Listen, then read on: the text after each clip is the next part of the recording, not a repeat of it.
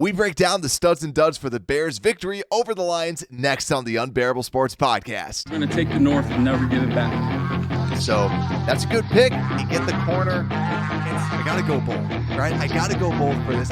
Yeah, she's got some nice. Welcome back to the Unbearable Sports Podcast. Make sure to like and subscribe out there on YouTube and rate the show 5 stars everywhere that you get your podcast, because you can get the jersey, Darnell Wright, number 58, if you rate the show 5 stars out there on Apple Podcast. Once we reach 58 5-star reviews, we will announce the winner live on the show. But guys, I had to do a review show right after this. Normally, I wait a day to just kind of grind the tape, watch it over, but I'm so excited. It's not every year the Bears win 2 in a row. It feels good. How are we all feeling out there?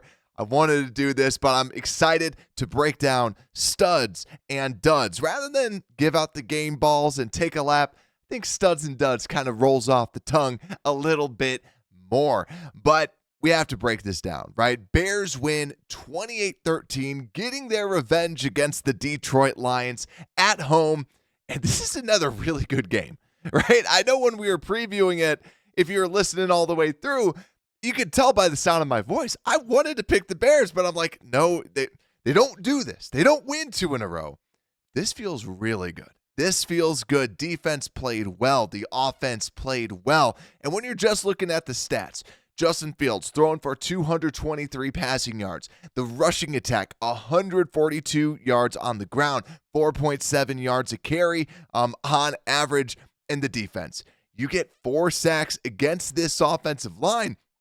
We talked about the interior being a little bit weak. They did a lot of damage on the outside of that pass rush. So that is something that you love to see. And just this defense, right? When we talk about the future of the Chicago Bears, you have to look at what Matt Eberflus has done with this defense. This defense has played well later on in the stretch, right? We know that there's a lot of young pieces. They're really starting to put it together. And I still go back to what I posted out on Twitter. Phil Snow has made this a top, since Phil Snow joined the Chicago Bears, that defensive assistant, this defense statistically has been a top 10 defense. That's crazy to say. And we saw it again against Ben Johnson, who might be the Bears' next head coach, and they only get 13 points, right? This very smart offensive mind only got 13 points against the Bears. This is a good feeling. I'm feeling great. How's everyone else feeling?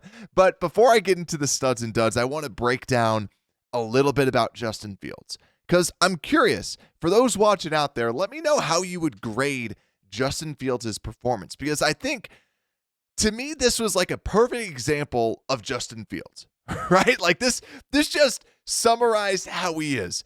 We saw the highlight film where the sack is going to happen, and then he breaks out of it and runs for 10, 15 yards, right? And it's just unbelievable plays like that. And we saw it at the first quarter, and then the Bears go up 10-0, right? And then second quarter, the sacks started happening. He was sacked a total of 3 times from the Lions without Aleem McNeil. Gets brought down, right? And you can blame the offensive line for a handful of those sacks and some of those pressures. And also, he was only holding onto the football for 3.1 yards for time to throw from NFL Next Gen Stats. I want to see what PFF has as well, just to kind of compare and contrast. But 3.1 isn't bad. It's not holding it onto it forever, but it is higher. It's number 7 as for this week.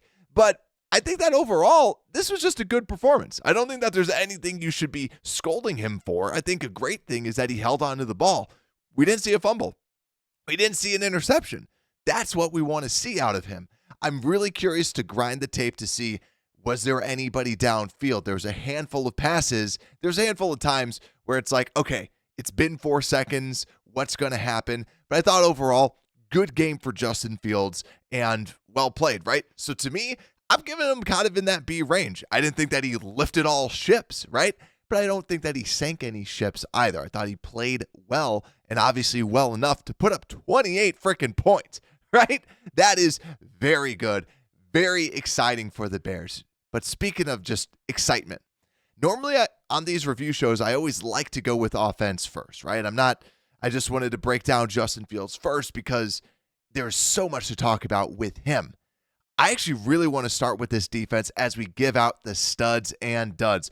So let me know down below, if you're watching out there on YouTube, who's a stud and who's a dud from this defense. Because I'll tell you, my studs, first off, I'm just going to give like a group award, right?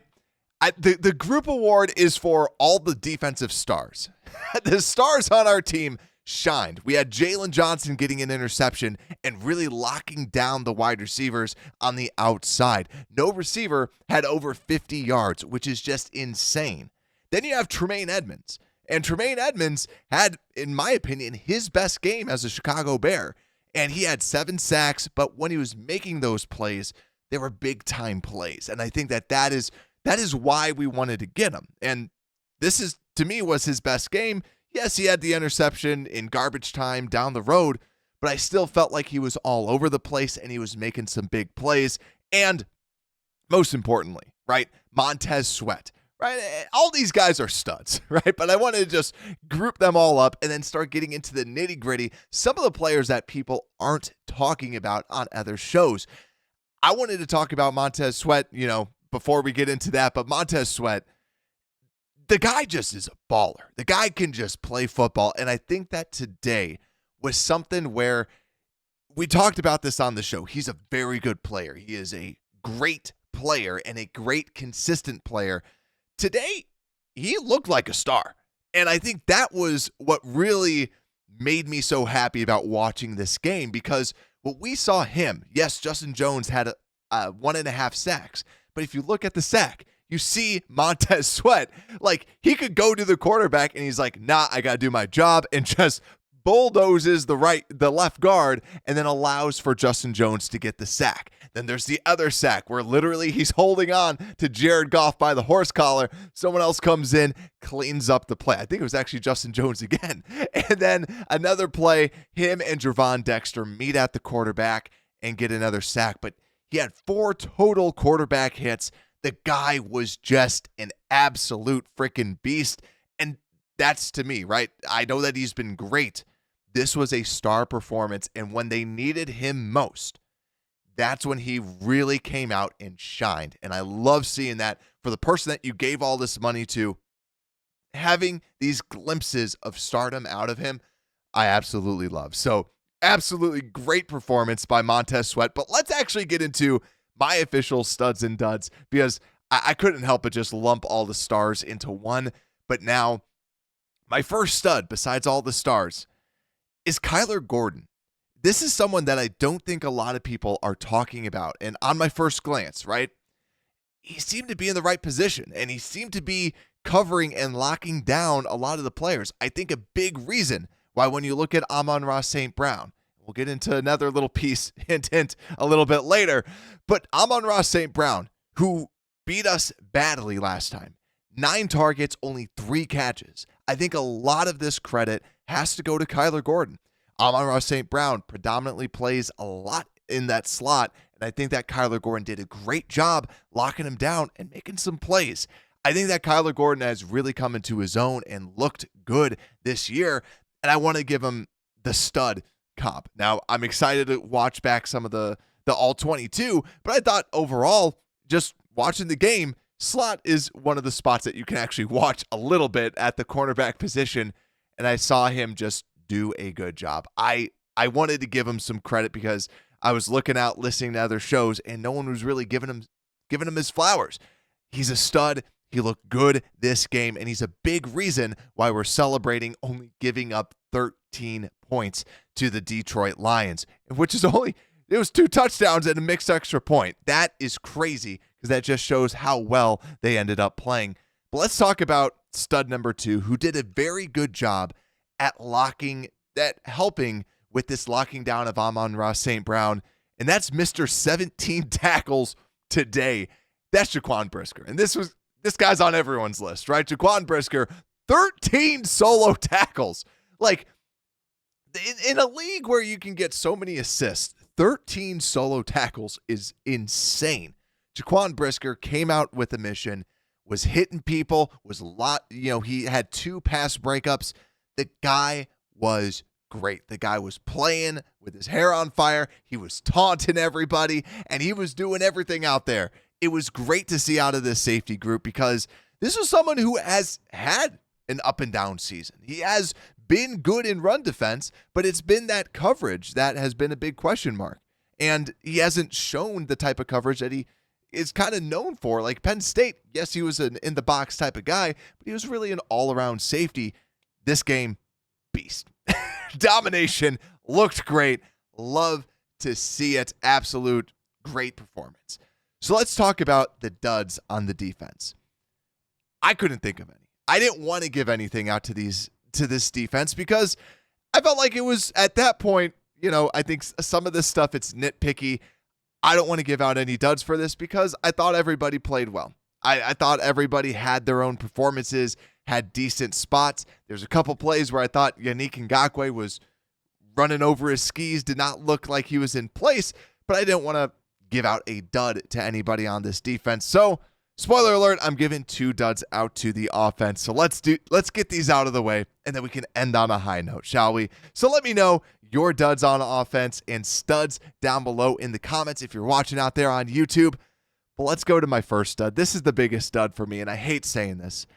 I am a huge Darnell Mooney fan, and it just did not look good. He's my first dud of the week. When you look at just even the targets, and you look at the box score, he had 7 targets this game. And my biggest critique is Darnell Mooney has been open.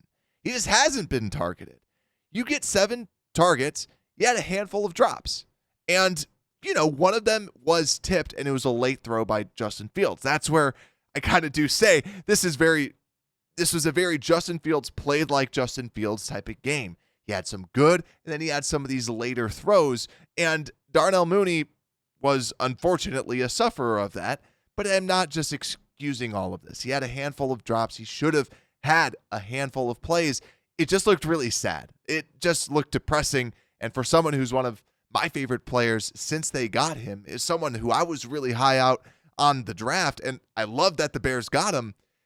It felt like he's not going to be here after watching this game. And I just hate saying that. I hate seeing it. I really hope that he can rebound. Now, he still had 44 yards, 2 catches, 44 yards, which is good. And he had a lot of key blocks. But then there was also, on one of the screens, he took the wrong guy, ultimately ended up in a 2-yard loss with the DJ Moore screen. Darnell Mooney, not one of his best games, and I really hope that he can come back and look good. I think he's such a talented player, and it's just hard to see that. But let's talk about another dud, because like I said, I always got to do 2 duds, 2 take-a-laps, right? What I called it before. The next dud is someone mostly because it looks like the writing's on the wall with his lead back position, and that's Kahlil Herbert. Now, Kahlil Herbert, I will say, watching the game, it seemed like the blocking wasn't there whenever he got the ball. He would break a tackle and run forward, right? I'm not critiquing his running styles, so to speak, because he had 3 carries, 8 yards, 2.7 yards a carry. Deonta Foreman had 4.5. But when you look at the blocking, he didn't have as much, but he got the most out of what he could. What I'm saying about the dud tag that I'm tying onto him for this game was we really didn't see him out there a lot. And I think that is telling on where this running back room is going, where the Bears know that what Deonta Foreman can do. He's a solid player. He's been playing very consistently for the Bears. And we know when Roschon Johnson's out there, he's going to be blocking people in the face. He's going to be doing very good.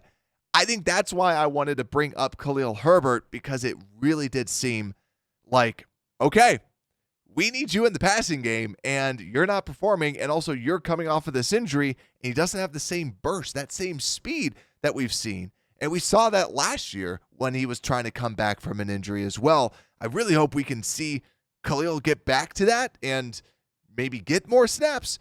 But Kahlil Herbert, for right now, that's why he's one of the duds. So, this is my last stud for the day. Who do you think it is? Because this offensive stud was easy/hard for me, because I always like to try and give out a stud for someone who's not obvious. And I was going back and forth, right? Was Justin good enough? And I I'm not giving it to Justin because I thought that he was good. I thought that he played like Justin. I was going to give it to Cole Kmet because I thought Cole made a heck of a catch where we don't see a bunch of those contested catches. He does that now and again, but I have to give it to DJ Moore. And I know that this is a layup. And if you watch the show, you know I don't love giving this out to DJ Moore all the time because it is such a layup. But I just really thought that he rallied the team. The team seemed to be like, okay, right? We did not get good offensive production at the beginning of the game or in the second quarter. And they're talking about how DJ Moore just really, he was running the football, right? He has 20 yards on the ground, but that was about it. DJ Moore looked great right after that. Now they started incorporating him in the passing game, and they showed that stats. Mr. 100 plus 40 rating, 140 plus rating when he's targeted by Justin Fields. He's so good. He's so talented, and he's just showing he's the number one wide receiver. Keep feeding him the ball. And even though he only ended with 68 receiving yards and a touchdown, and Cole Kmet had 66, he's just so talented. He's so good.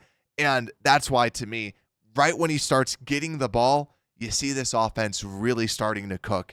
And I admire what DJ Moore is able to accomplish, what he's able to do. And to me, I think that he was a huge reason why this offense was able to put up the type of production that they did. DJ Moore is my last stud. So that's it. But before I hang up, I haven't talked about this offensive line because some of you out there might be saying, well, where's the offensive line, right? I haven't talked about it. Maybe some of you thought that certain members of the offensive line should be on the duds or maybe be on the studs.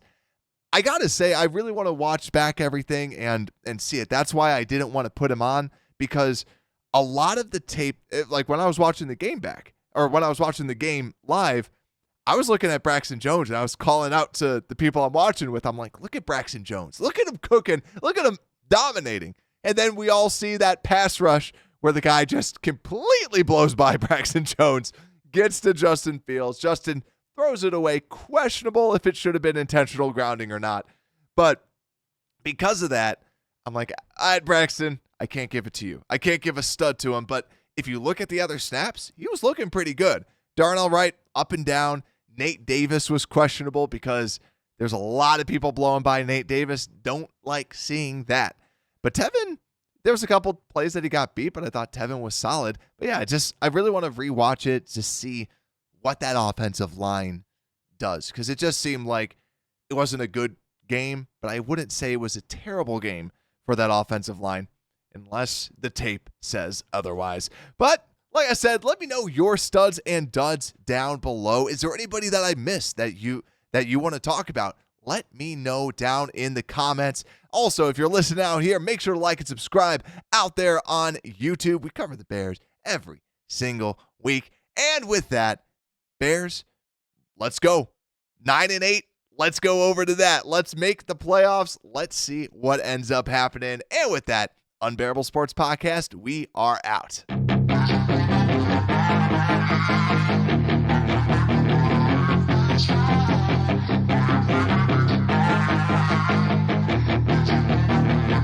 Yeah, she's got some nice long hair, and you know that she's